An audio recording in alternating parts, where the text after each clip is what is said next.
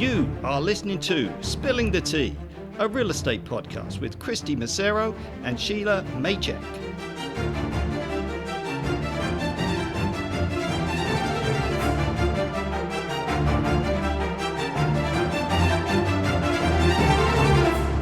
Hello everyone, welcome again to season 2 of Spilling the Tea, a real estate podcast, and we are your hosts, Kristy Macero and Shelagh Maycheck. Hello. Today we have everyday man Jeremy Pugh and well-known guest agent Amber Unique from Royal LePage. Hello, thank you. Now the funny thing about Amber Unique, not funny thing, but the unique thing about Amber Unique is that that's your real name.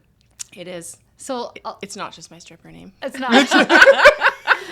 Pulled it out of some meme generator what online. is your stripper name? OnlyFans handle, Amber Unique.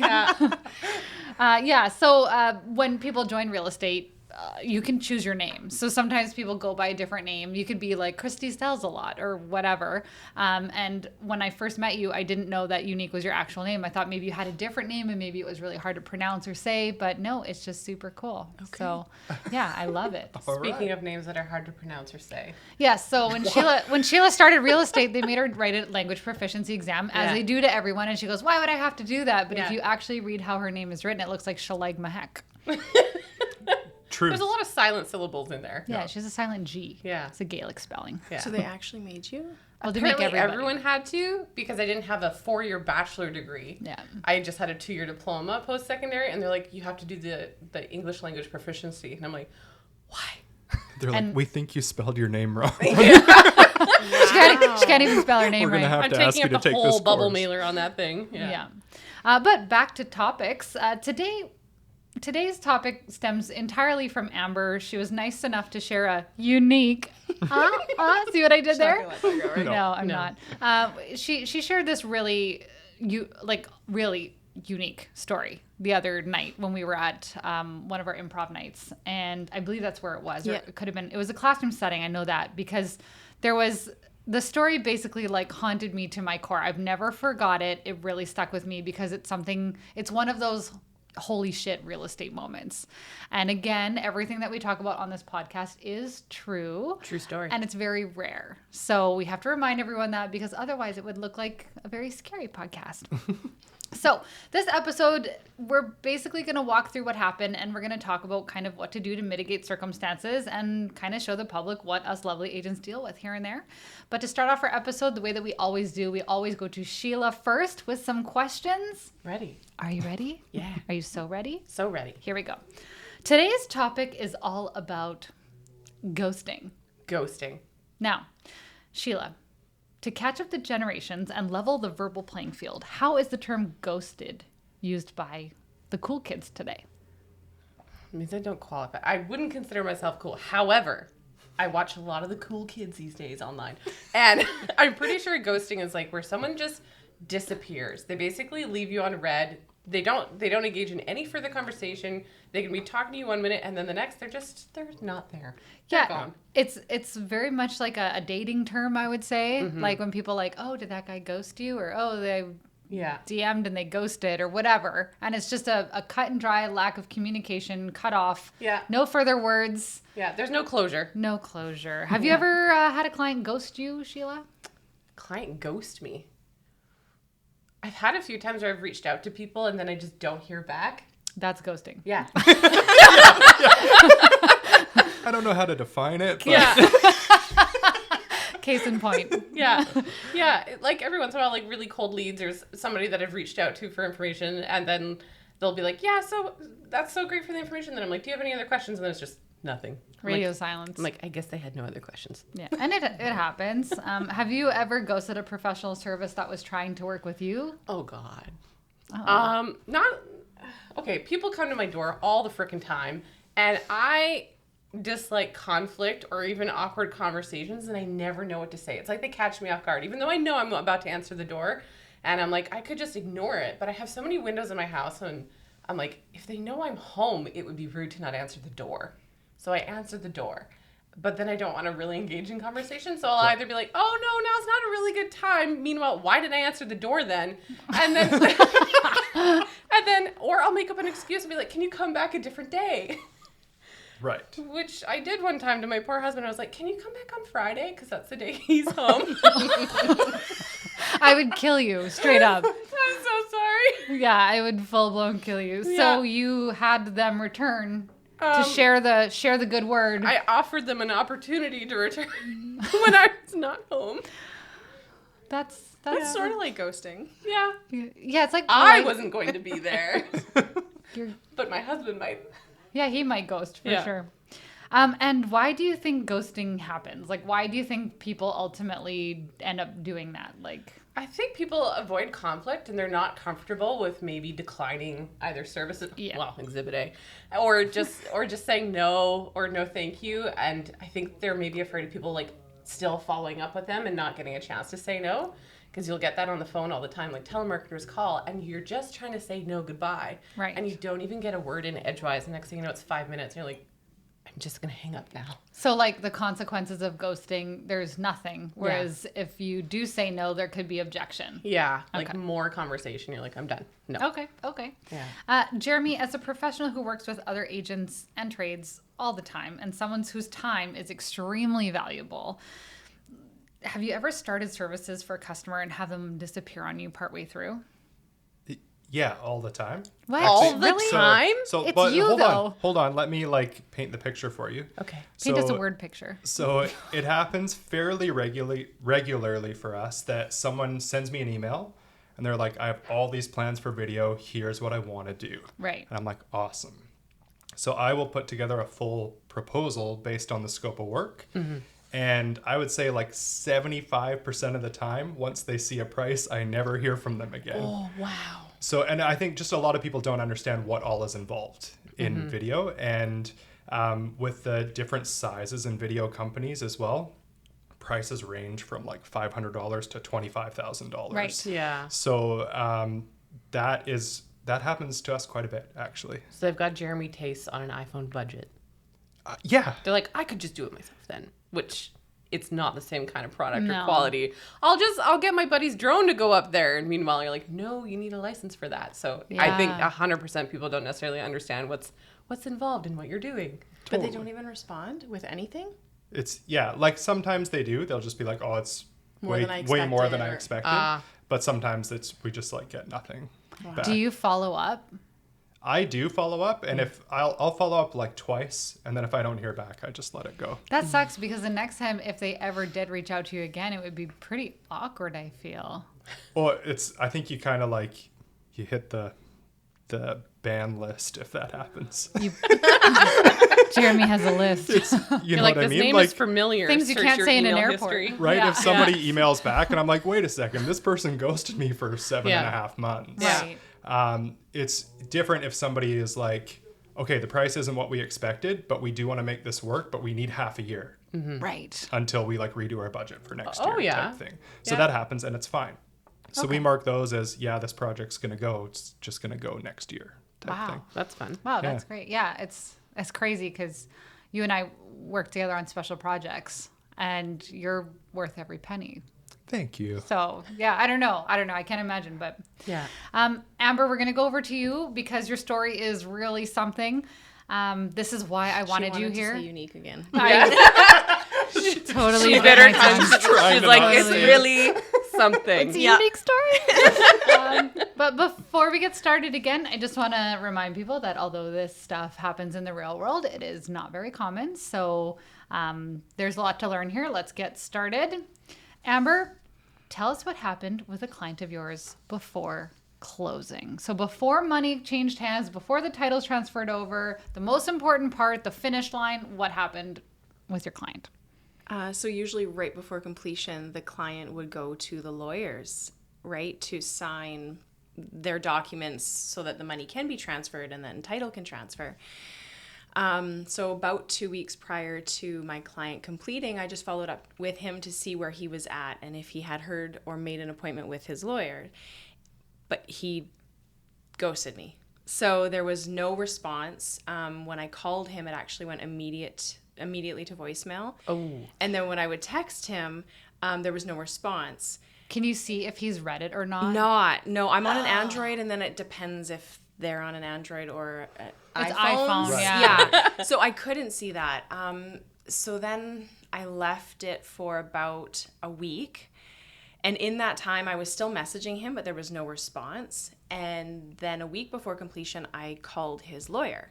And his lawyer had said, actually, we haven't heard from him either, and we've been trying to get a hold of him. And you So- think like this is your no. seller, they're gonna want to make their appointment, sign, make sure they can get their money, and make sure this goes smoothly across the finish line. Right. And did you escalate? So your text messages, were they like, oh, hey, just checking in, making sure you're like, okay, haven't heard from you. Like, all right, now I'm really concerned. Like, Yes. Yeah. Yeah. Absolutely. It was like I was telling him, if you don't get to the lawyers, surely the buyer of your property is going to sue you because you took a cash deposit from him in order to make your next purchase. So this is going to have a trickle effect. Yeah. And So- we're going to have big issues. So big he problems. already man. has some money in He's his got pocket. some money in his pocket. Yeah. Oh, And like, man. signing closing documents, it's not subjective. It's not like, oh, I don't know if I feel like it. Like, Totally. you have to be there. Like, I don't feel like completing on this project today. yeah, it has to be done. It has to be done. You have to be there. You have to sign in person. There's rules around it. During COVID, I think they allowed for some video, but ultimately you have to contact that lawyer about a week prior to make that appointment. Right. So you reached out and they were not hearing from this person either. No. And so I imagine eventually you're going to have to be like, okay, Now what? Yep. where is he? Yeah. What do you do? What do you do? Who'd you reach out for help, like, initially? So at first, I actually called Peter, and he had said, have you driven by the property to see if he's there? So practical. So practical. Peter is our managing broker, and he's amazing. So he tells you drive past. Yeah. Okay. So I did, and I can see that his dog is in the window. So his dog is at home, but he's not answering the door. Ah, So then my next line of defense was calling the RCMP to do a wellness check. I was gonna say because Yeah. like, Because he's not coming to the door. yeah, check Yep. well You haven't heard from him. But Right. even for the dog. Right. Yeah. Oh, Right. yeah. Totally. Yeah. Mainly Yeah. for the dog. for the dog. Yeah. But really, for the dog, because I don't know about you, but if I have even if people are late to appointments, I get concerned about them. And if I have a realtor that we haven't heard from, like sometimes we'll call their office and be like, hey, is this person okay? We haven't heard from them. 'Cause Right. You never Yeah. know. Totally. You never know, right? Yeah. Okay, so you drove past and then you did a RCMP wellness check, and did they obviously went to go knock on the door? Yeah. So they called me and said, well, he is alive, but extremely intoxicated. Oh. He's not doing anything illegal, so there's nothing we can do. Okay. Okay. But they checked him and he is alive. Yes. Okay, well that's good. And Yes, he's having yeah, a great absolutely. time. With his deposit money. He's having a great time. Yeah. Yikes. So okay. then I phoned Peter again. Yeah. And he said, there's not much else you can do. And then I kind of went into a panic. Yeah. So that's when I don't know what hit me, but I thought, I remember he wanted to move to be closer to his daughter. And so I thought, there's a daughter out there. I need to find her so that she can help me get him to the lawyers. Okay, Yeah. and had you had any prior contact with this person? None whatsoever. Okay, so you're just going into this like Like CSI online. This you're is like the getting friend. so We have a good. friend Yeah, that does okay. it like that. They can find someone. They can find everything about somebody in like 10 seconds. They once reverse image searched something and found out like this person that this other person Yeah. was dating was like He was catfishing. yeah, it was He was using someone else's photo on a dating profile, and she found out like who it really my was. It was gosh. crazy. I feel like every girl has that friend that Yeah. can track down the info. So, but now this is Maybe me, I don't know. yeah. It might So be. contact Amber Unique. Yeah. Yeah. Yeah. So how did you start digging?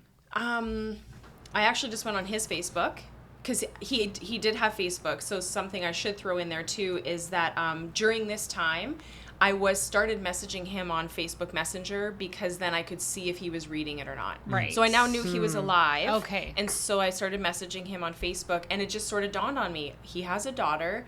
I went through his Facebook friends list and messaged every female with the same last name as him. Are you his daughter? Okay. Wow. Okay. Yeah, because you're not saying anything about the situation. You're just asking questions. Yes. Yeah. So then somebody finally responded and said, yes, why? Oh. I need some popcorn for this. Yeah. Like, it's so good. Yeah. Because you never know. Like, Yeah. You never know. So then I explained to her the situation at first, and I don't know if I should say this, but she said, he's a raging alcoholic. I can't help you. Oh, so it started getting sad pretty quickly. Yeah. And so I explained to her the whole kind of situation. Yeah.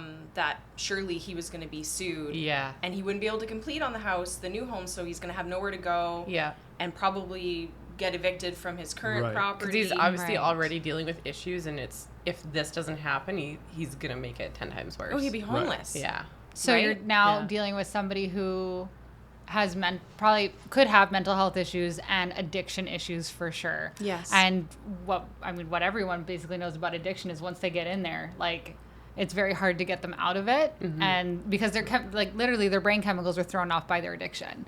So he has money to buy His alcohol, and he's now probably gone on a bender, and he's off the radar. yes. Okay, so daughter now knows this, and like, What are the odds of you finding her?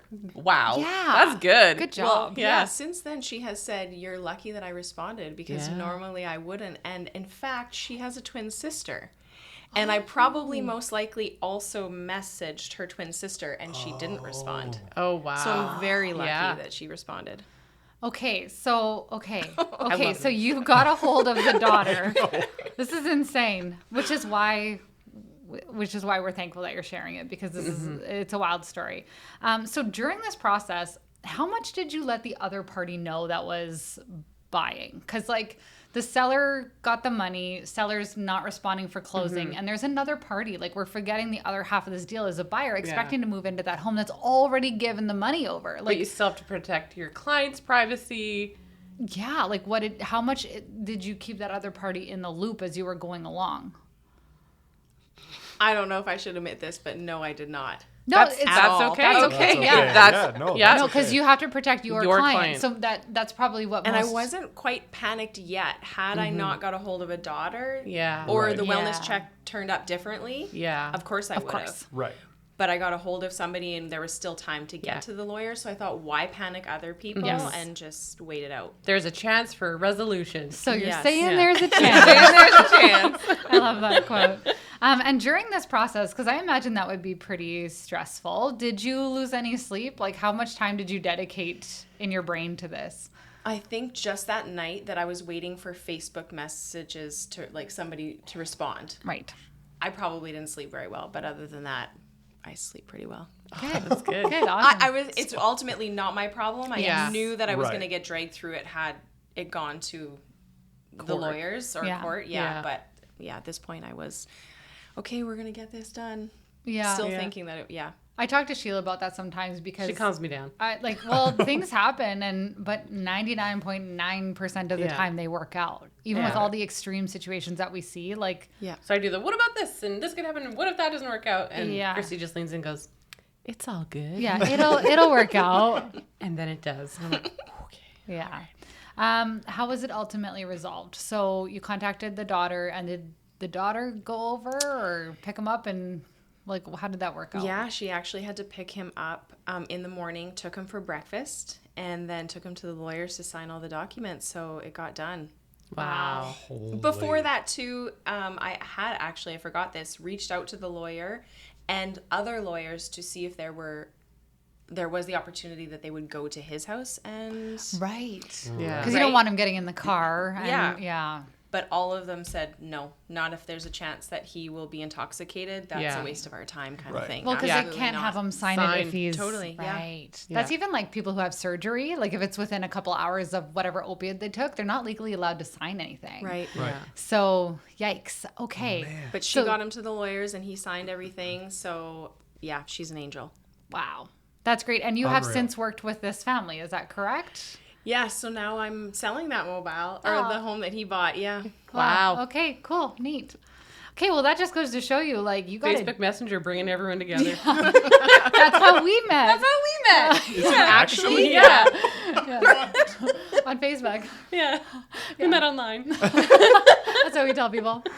Okay, so wow. Okay, Jeremy, if you were the buyer on the other end of the deal and you found out that no one could find the seller to sign these documents, so Amber didn't tell anyone. She didn't want to put other people through that pain. But what if she had reached out and told the other buyer, "Hey, listen, you know, this person, I can't get a hold of them. Completion might be a little dodgy. I know you're packing, but you might have nowhere to go." Yeah, how would that have made you feel? Totally. So I think if you place yourself in the position of you're packing up your house and getting ready to live in a new house and you get that news, there's going to be a whole pile of emotions that start flying around, right? So probably be, I think the thing is when I get like mad or panicked, I go into just like problem solving mode. So I'm like, hey, how do we fix this? Right. Then? Yeah.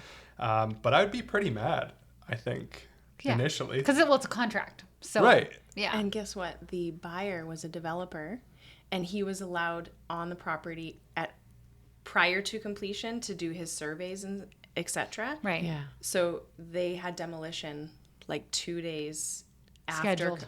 Scheduled. Wow. Oh my Yes. gosh. Yes. Oh yeah. Awkward. They came in like a Big time. wrecking ball. Big time. Jeremy, if that was you and you were that buyer, would you want to know, or would you have preferred Amber's approach where you just blissfully unaware? I would have preferred not to have known. Okay. Yeah. All right. Yeah. Definitely. I'm like packing my kids up in our Yeah. house.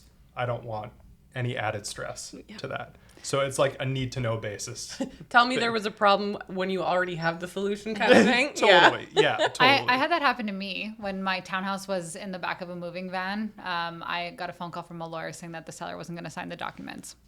So I totally know how that feels.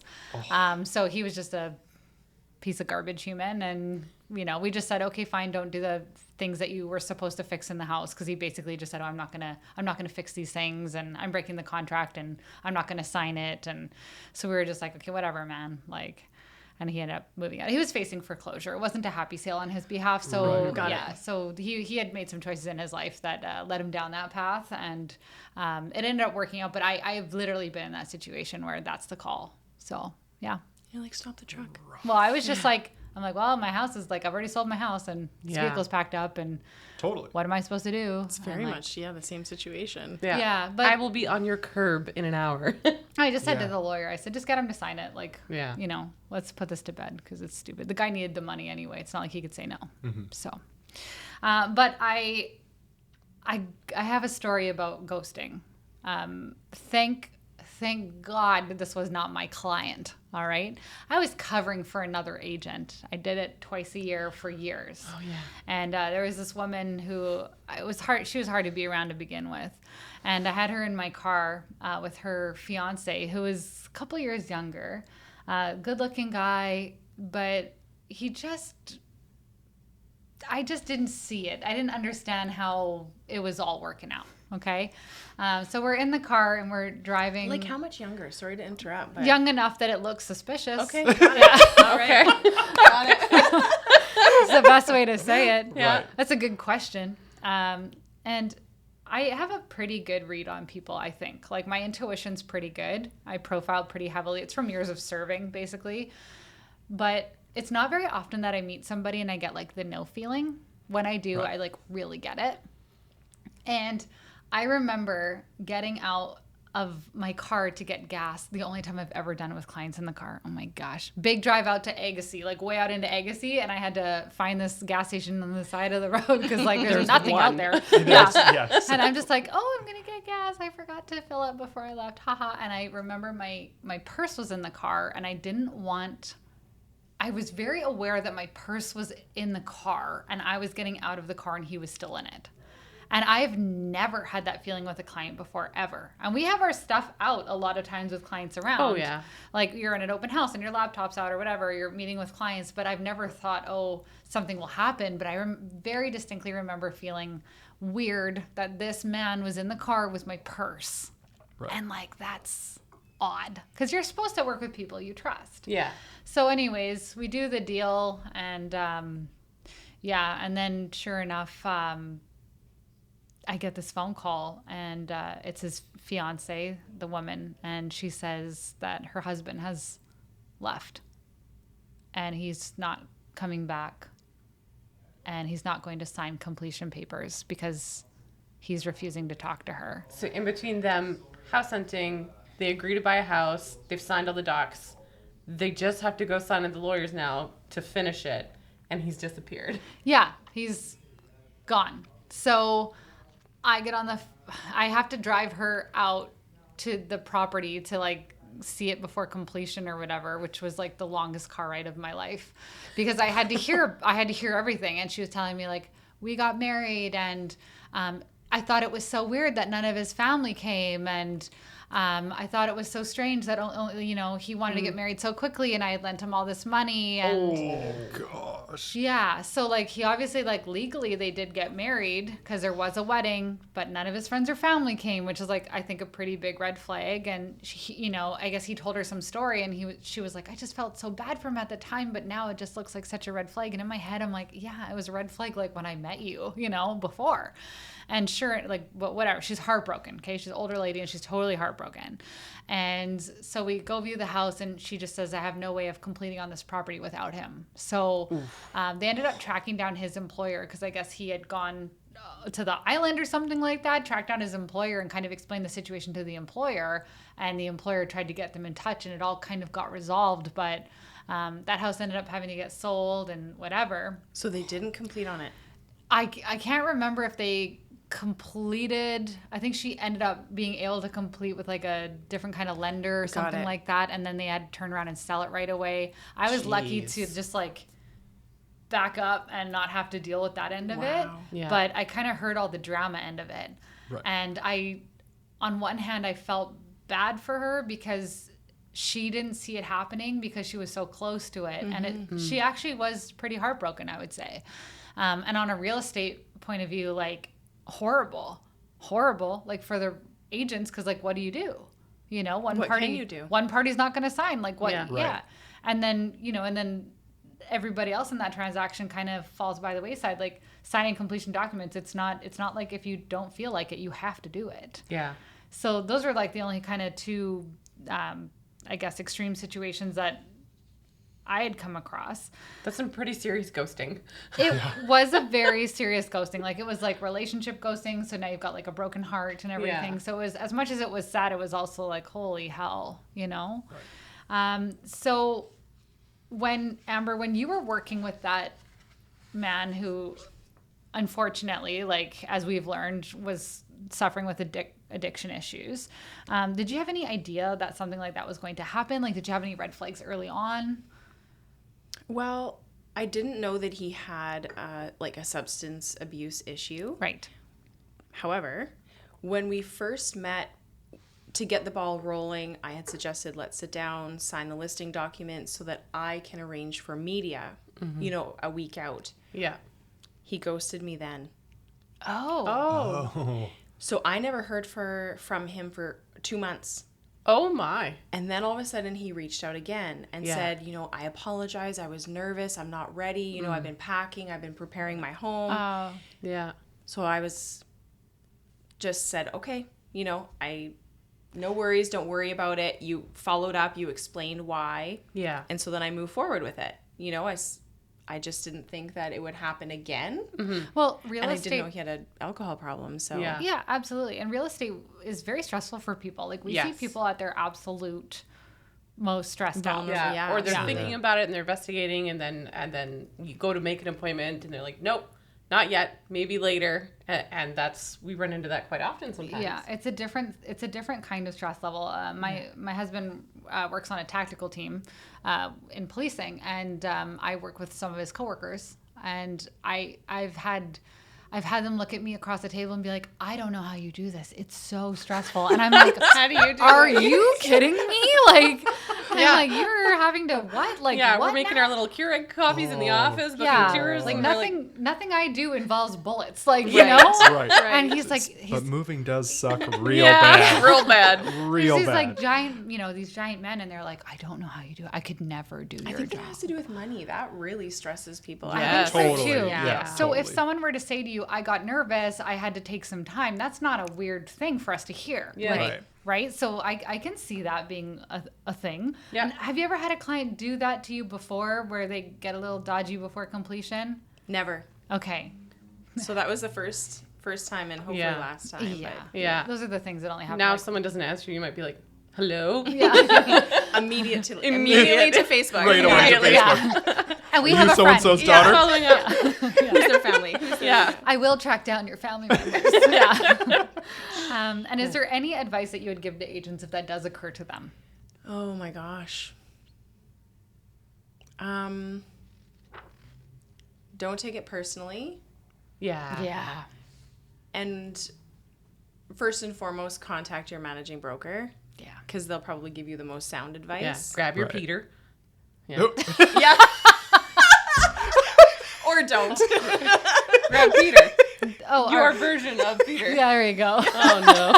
Jeremy's here. You can't say things like that. This is why we have to move him. This is why we have to move him from the back of the camera to the front of the Yeah. camera because this is the kind of stuff that I happens. was like, haha, wait, what?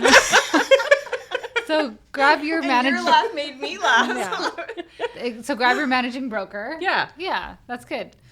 So basically, final notes on the subject. For the public, you don't have to ghost your agent. You can tell them what's up. Like, let them know what's Absolutely. going on. If there's a problem, we are here to help you. And we have your best interest in heart. So we're here to make sure that you're making the right decisions for yourself legally. You're in a legally binding contract. Signing documents is not An option. It's not an option. Yeah. It's not a Right. feeling. You have to do it.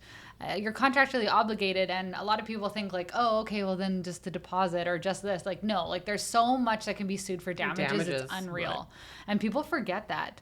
And you have to, don't even get involved in the contract unless you have the ability to follow through with it. Right. And if it is a substance abuse issue or something like that, just let us know. We've heard it all before. Mm-hmm.